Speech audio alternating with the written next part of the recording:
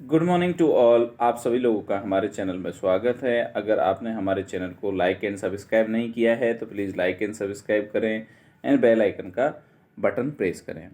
जैसा कि आपको ज्ञात है कि हम 30 क्वेश्चंस तक पढ़ चुके थे और आगे हम पढ़ने वाले हैं। आज हम मॉर्निंग सेशन में 5 क्वेश्चंस देखेंगे, उसके बाद में हम इवनिंग सेशन में 5 क्वेश्चन देखेंगे। तो टोटल हमें डेली 10 क्वेश्चंस देखने होते हैं। देखते हैं। जो आपका पहला क्वेश्चन आता है वो आता है कि एट 6 वीक गेस्टेशन, एक 6 वीक का गेस्टेशन हुआ है। एक client is diagnose with the gonorrhoea, एक पेशेंट है जो कि गोनोरिया के साथ में डायग्नोज हुआ है। एक पेशेंट है जो कि किसके साथ में डायग्नोज हुआ है, गोनोरिया के साथ में डायग्नोज हुआ है। What medication does a nurse expect to health care provider to prescribe, कौन सी ऐसी मेडिसिन है जिसको नर्स एक्सपेक्ट करेगी कि हेल्थ केयर प्रोवाइडर के द्वारा इस पेशेंट को प्रिस्क्राइब की जाए। यहाँ तो पहला है इसके अंदर सेप्ट्रियाजोन, जिसे रोसेफिन भी बोल रहे हैं। दूसरा है लिवोफ्लॉक्सासिन, तीसरा है सल्फासेलाजिन, तीसरा है ट्राइमिथोप्रिम और सल्फामिथोक्साजोल का कॉम्बिनेशन। तो एक बात तो समझें बेटा कि ड्यूरिंग प्रेगनेंसी हम सल्फोनामाइड्स जो होते हैं ये नहीं देते हैं। मतलब सल्फामिथोक्साजोल या फिर सल्फासेलाजिन है, इनके अंदर सल्फोनामाइड्स होते हैं और सल्फोनामाइड्स नहीं देते हैं क्योंकि ये बच्चे के अंदर जाके क्या करा देती है, हीमोलाइसिस जैसी कंडीशन डेवलप कर देती हैं। इसलिए हम ये प्रेगनेंसी के अंदर कॉन्ट्राइंडिकेटेड होती हैं। तो दो तो ये समझ में आना चाहिए। तीसरी होती है लीवोफ्लैक्सोसिन। तो लीवोफ्लॉक्सासिन जो है ज़्यादा अच्छी मेडिसिन नहीं है गोनोकोकल इन्फेक्शन के लिए। सेप्ट्रियाजोन जो मेडिसिन होती है वो क्या है, अपनी ब्रॉड स्पेक्ट्रम एंटीबायोटिक है और ये प्रेगनेंसी में भी हम दे सकते हैं, सैप होती है। इसलिए बेहतर आंसर जो हो सकता है किसी गोनोकोकल इन्फेक्शन को प्रिवेंट करने के लिए या ट्रीट करने के लिए, तो वो आपका आंसर होता है सेप्ट्रियाजोन मेडिसिन। देखते हैं हम आंसर क्या दिया हुआ है। तो आपका आंसर दिया हुआ है सेप्ट्रियाजिन या Rocephin is a broad spectrum antibiotic and is preferred during the pregnancy. तो जो आपकी सेफ्ट्रियाजोन मेडिसिन है वो ब्रॉड स्पेक्ट्रम एंटीबायोटिक है और प्रेफर्ड की जाती है ड्यूरिंग प्रेगनेंसी। नेक्स्ट क्वेश्चन की तरफ बढ़ते हैं। आपका नेक्स्ट क्वेश्चन आता है question number 32। A 15-year-old adolescent tell a school nurse, एक 15 साल की adolescent tell the school nurse को बताती है I have persistent pain during my periods, कि उसे लगातार पेन हो रहा है।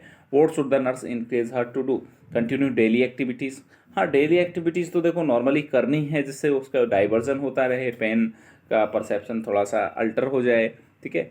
और बट क्या ये इसका ट्रीटमेंट हो सकता है? नहीं, इसका ट्रीटमेंट तो नहीं हो सकता। उसको डायग्नोस तो करना पड़ेगा कि उसके अंदर प्रॉब्लम क्या है जिसकी वजह से उसे पेन हो रहा है, ठीक है। एक्टिविटी करना ठीक है, बट पेन, अपना मेन उद्देश्य है कि पेन को हमको आइडेंटिफाई करना है। भाई गायनोकोलॉजिकल एग्जामिनेशन, हाँ यहाँ ज़्यादा बेहतर होगा कि उसे जो डिस्मेनोरिया जैसी कंडीशन डेवलप हुई है, तो आप अगर गायनोकोलॉजिकल एग्जामिनेशन जब परफॉर्म करेंगे तो आपको पता लग पाएगा कि वो जो पेन हो रहा है उसे, वो क्यों हो रहा है उसे पेन, ठीक है। Eat a nutritious diet containing the iron, हाँ डाइट न्यूट्रियस लेनी चाहिए, आयरन लेना चाहिए। आयरन क्या करता है, हमारे ब्लड का जो है, ब्लड को बनवाएगा, ब्लड की कमी को दूर करेगा, एनीमिया की जो है प्रिवेंट करेगा।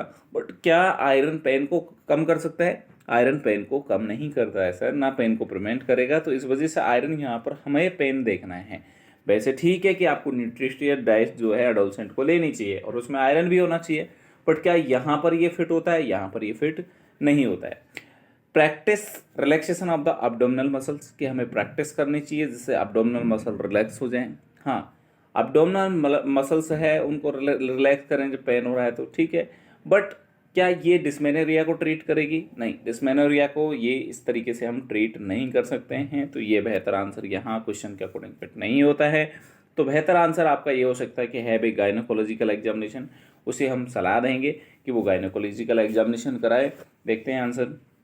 आंसर 2 है persistent pain of any kind during menstruation, कि लगातार अगर पेन होता है ड्यूरिंग मेंस्ट्रुएशन, मीन्स ये कंडीशन जो है डिस्मेनोरिया जो कहलाती है, यूजुअली इंडिकेट ए प्रॉब्लम, ये इंडिकेट करेगी कि वहाँ पर कोई ना कोई प्रॉब्लम है। And the client should seek medical attention, और पेशेंट जो है उसको क्या कर देना चाहिए, मेडिकल एडवाइस जो है ले लेनी चाहिए, उसे कुछ जो है प्रॉब्लम हो सकती है। अगला क्वेश्चन की तरफ बढ़ते हैं। नेक्स्ट क्वेश्चन आपका आता है question number 33। A client at women health clinic tell the nurse she has endometriosis, एक पेशेंट आता है, एक वुमेन आती है हेल्थ केयर क्लिनिक पे और नर्स को बताती है कि उसे क्या हुआ है, एंडोमेट्रियोसिस हुआ है। What factor associated with the endometriosis does the nurse anticipate the client will report?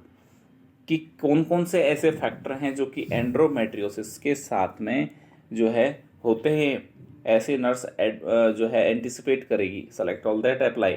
अगर देखो आप समझे एंडोमेट्रियोसिस होता क्या है। एंडोमेट्रियोसिस का मतलब होता है कि जो आपके एंड्रोमेट्रियल जो टिश्यूज हैं उनका ग्रो कर जाना आपके यूट्रस के बाहर।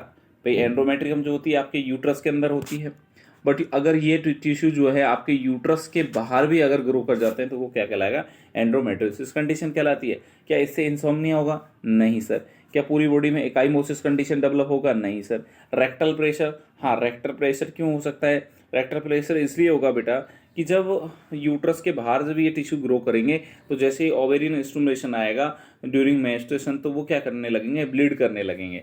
जहाँ बाहर भी होंगे तो बाहर भी ब्लीड करेंगे, जिसकी वजह से क्या हो सकता है, रेक्टल प्रेशर जनरेट हो सकता है। Abdominal pen? हाँ, एंडोमेट्रियोसिस में क्या हो सकता है, पेन हो सकता है क्योंकि यूट्रस से बाहर रहेंगे और जब ब्लीड करेंगे मेंस्ट्रुएशन के दौरान, जिसकी वजह से क्या होगा, अब्डोमिनल पेन होगा। तो दोनों कंडीशन देखने को मिल सकती है। Skipped period? नहीं सर, ये इससे कोई लेना देना नहीं है इसका, ठीक है ना। पीरियड इससे कैसे, एंडोमेट्रियम लेयर का दूसरी जगह पाए जाने से पीरियड का पूरी थोड़ी नहीं पाई जा रही है, कुछ टुकड़ा कुछ हिस्सा रिप्रेजेंट होता है, ठीक है। Pelvic infections? तो पेल्विक इन्फेक्शन का ये कॉज नहीं होता है। जो पेल्विक इन्फेक्शंस हैं उनका मोस्टली कॉज जो होता है वो आपका होता है एसटीडी। तो ये भी इसका आंसर बेटर नहीं होगा। तो बढ़िया आंसर यहाँ हो सकता है रेक्टल प्रेशर और एब्डोमिनल पेन हो सकता है। देखते हैं हम आंसर दिया हुआ है आपका थर्ड और फोर्थ, बिल्कुल राइट है। अगले क्वेश्चन की तरफ बढ़ते हैं और आपका अगला क्वेश्चन आता है question number 34। What does a nurse expect to priority concern of a 28-year-old women who is to undergo a laparoscopic bilateral सल्पिंजोऑपरेक्टोमी?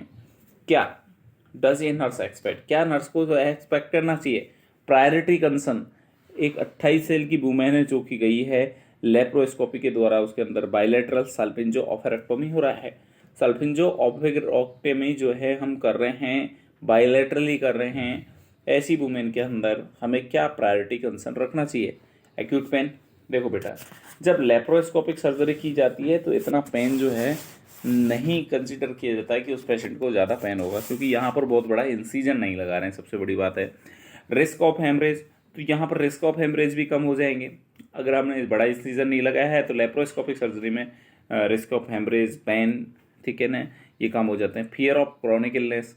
नहीं, इसमें ऐसी तरह की कोई भी क्रॉनिक इलनेस ऐसी डेवलप नहीं होगी क्योंकि इन्फेक्शन के चांसेस भी कम हो जाते हैं। Loss of child bearing potential?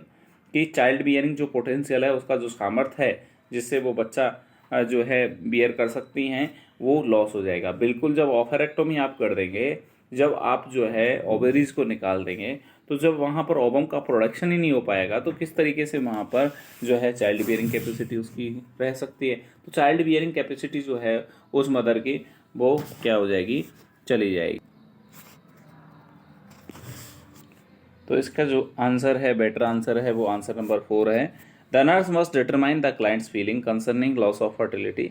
जो नर्स है वो निर्धारित करेगी कि पेशेंट की जो फीलिंग्स हैं फर्टिलिटी के regarding. If she is childless the client must of with the knowledge that unless ova are removed and frozen before the surgery her genes will not be pass to the next generation even with the in vitro fertilization, ठीक है ना। तो उनको समझा देना है कि भैया अगर ओवा निकल जाएगा तो ओवा के बिना ऐसा नहीं हो सकता है, चाइल्ड बियरिंग कैपेसिटी आपको लॉस हो जाएगी, तो आप ऐसा कर सकते हैं। तो ये ध्यान रखना है अपन को, ठीक है। और नेक्स्ट क्वेश्चन जो आपका आता है वो क्वेश्चन नंबर 35 आता है। A nurse assessing a client who is being admitted for the surgical repair of the rectocele, what sign और symptom does the nurse expect the client to report?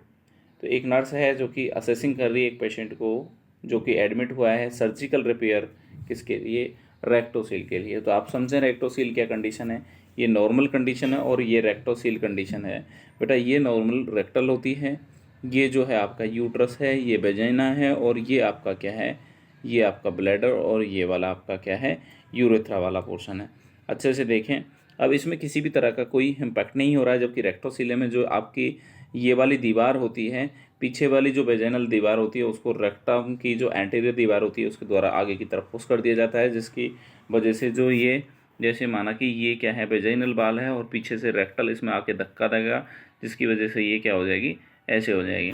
तो intercourse के दौरान पेन होगा, ठीक है ना। ये इसमें नॉर्मली कंडीशन देखने को मिलती है। देखते हैं साहब, पेनफुल इंटरकोर्स, बिल्कुल पेनफुल इंटरकोर्स यहाँ पर आपको देखने को मिलेगा। क्रैम्पी अब्डोमिनल पेन, तो क्रैम्पी अब्डोमिनल पेन का यहाँ पर कोई रीजन नहीं है, ठीक है ना, इससे कोई क्रैम्पी अब्डोमिनल पेन नहीं होगा। बियरिंग डाउन सेंसेशन, हाँ कुछ ऐसा निकलेगा कि कुछ निकले जा रहा है, बिल्कुल बियरिंग डाउन सेंसेशन आएंगे। Urinary stress incontinence, urinary system पर कोई फर्क नहीं पड़ेगा।